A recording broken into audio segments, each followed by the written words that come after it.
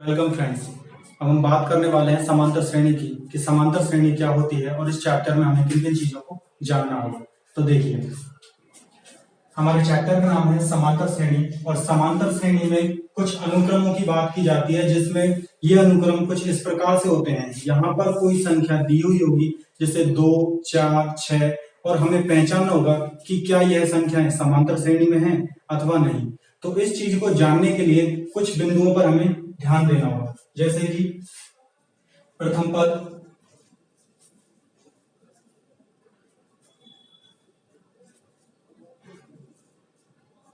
पदों की संख्या,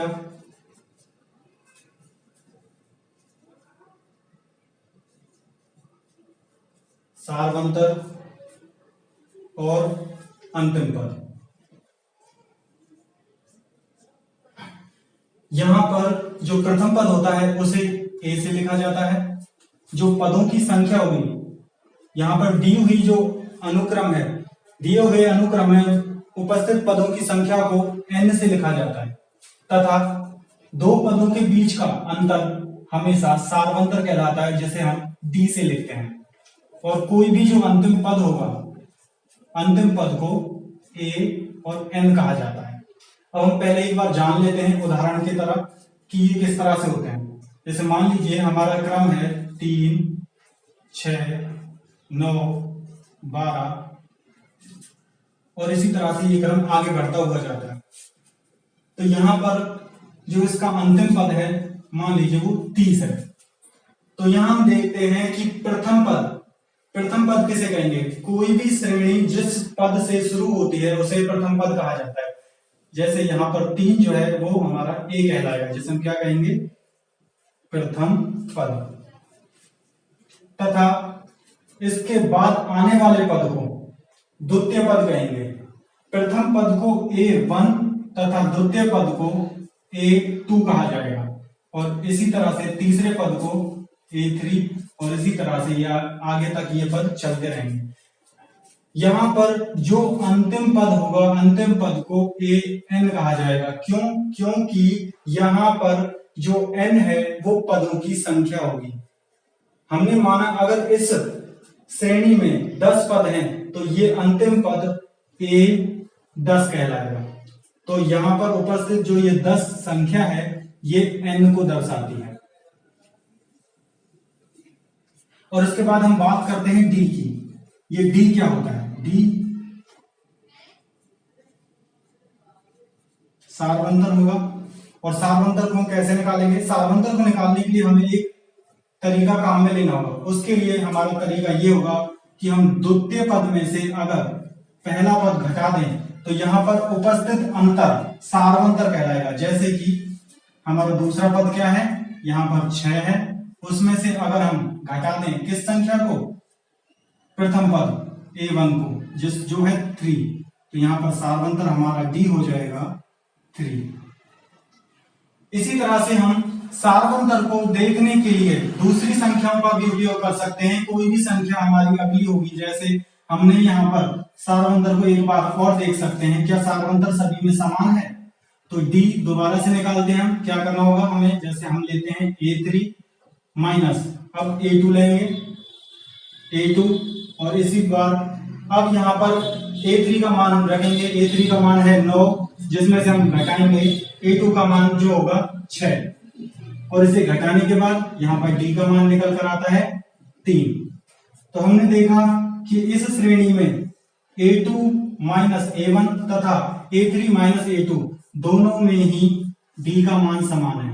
अगर ये दोनों बार समान आता है या फिर इसी तरह से आगे आने वाले पदों के लिए D का मान समान रहता है तो हम कह सकते हैं कि यहाँ पर जो ये दी हुई श्रेणी है ये समांतर श्रेणी है। समांतर श्रेणी को अरिथमेटिक प्रोग्रेशन भी कहा जाता है, इसलिए हम इसे APP भी कह सकते हैं। इसके बाद हम आगे बढ़ते हैं और यहाँ पर जानेंगे कि हमारे पास दिए हुए उपस्थित पदों को किस तरह से और लिख सकते हैं। जैसे कि मानिए जो हमारा प्रथम पद होगा, प्रथम पद को A लिखेंगे और द्वितीय पद को जो हमारा प्रथम पद है उसे हम a लिखेंगे, या फिर हम कह सकते हैं बराबर a1। अब यहाँ पर हमने a1 इसे मान लिया है, तो इससे अगला पद a2 होगा, और a2 को किस तरह लिखा जाता है, a प्लस d से। तीसरा पद निकालने के लिए हमें a3 निकालेंगे, तो उसमें हम दो तरीके से a3 को निकाला जा सकता है। या तो हम क्या करें, a2 में d जोड़ दें, या फिर a प्लस 2d।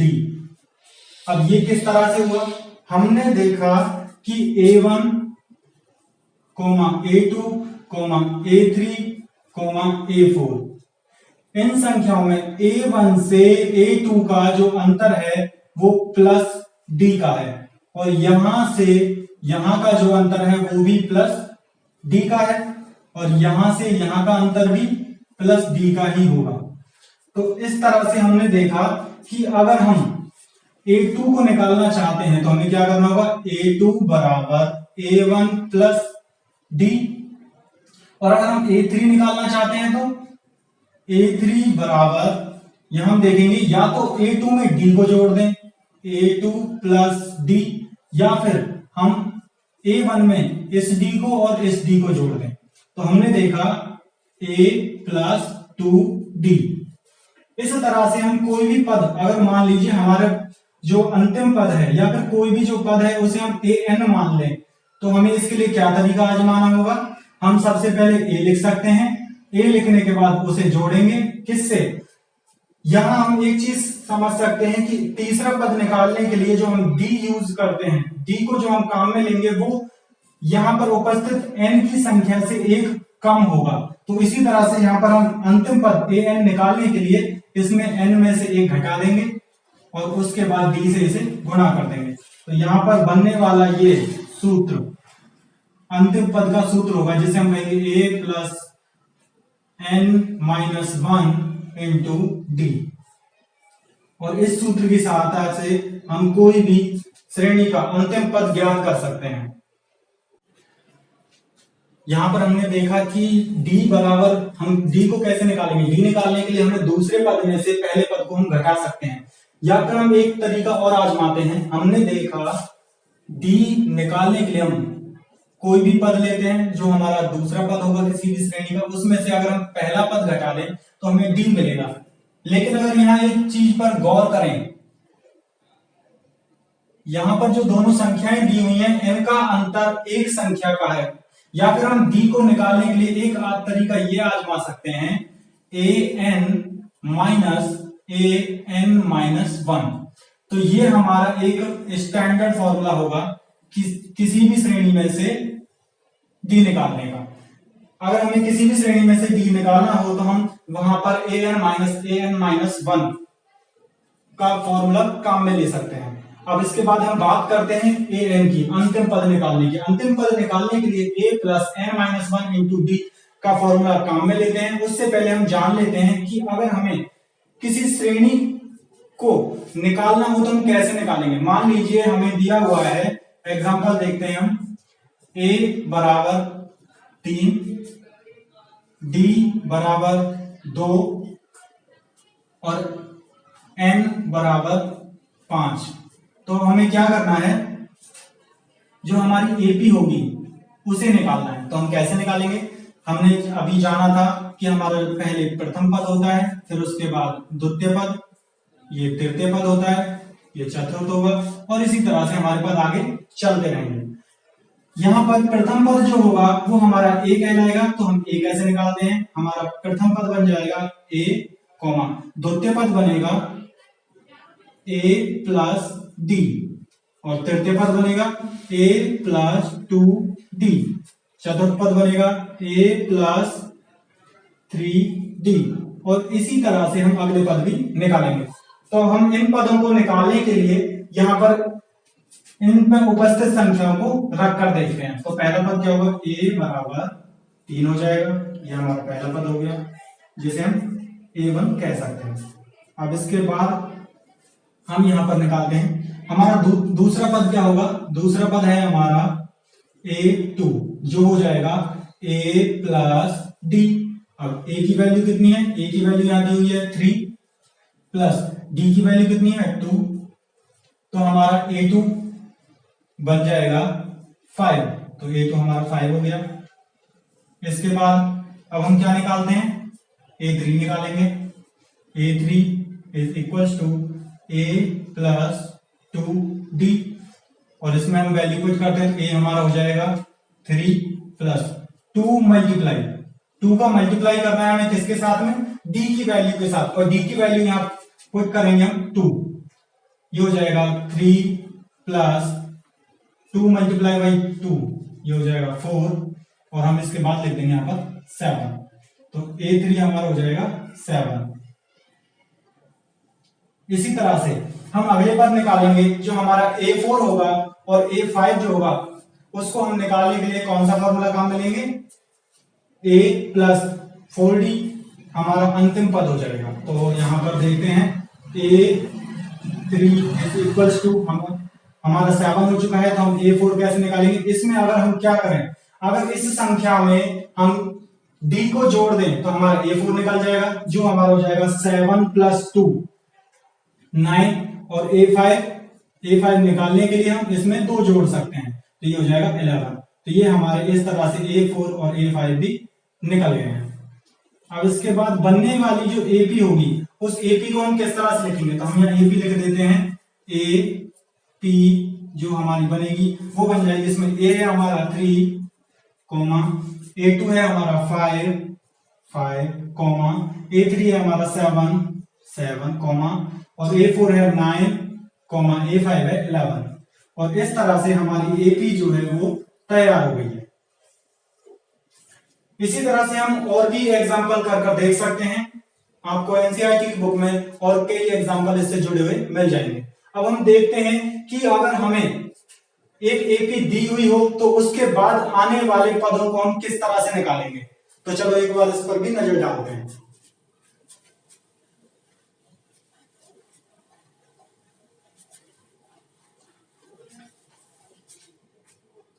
और यहां पर हम देखते हैं, मान लीजिए हमें कोई एक एपी दी हुई है और हमारी एपी है 4, 8, 12, 16 डॉट डॉट डॉट।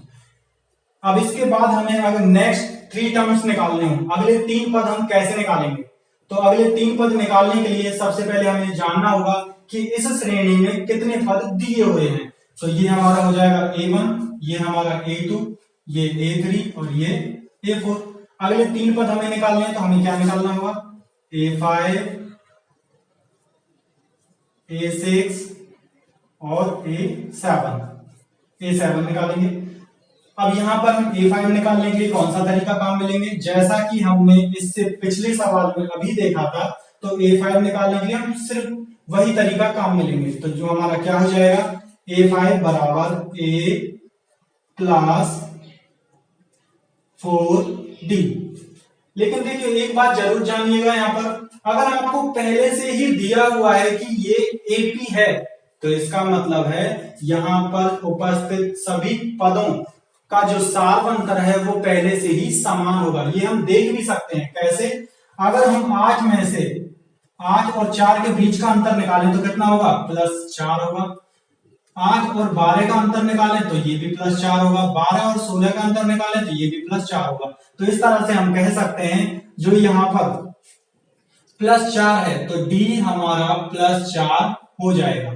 ठीक है, अब इसके बाद देखिएगा आगे, तो हमें क्या किस चीज की जरूरत पड़ रही थी, A5 निकालने के लिए हम A प्लस 4D करेंगे। तो जैसे हम किस तरह से लिख सकते हैं, A की वैल्यू हमारी कितनी होगी, हमने देखा प्रथम पद हमारा 4 था, तो इसलिए हमारा जो यहाँ पर 4 है वही हमारा प्रथम पद होगा। तो A हमारा 4 हो जाएगा, ये हमने 4 लिख दिया, प्लस करेंगे।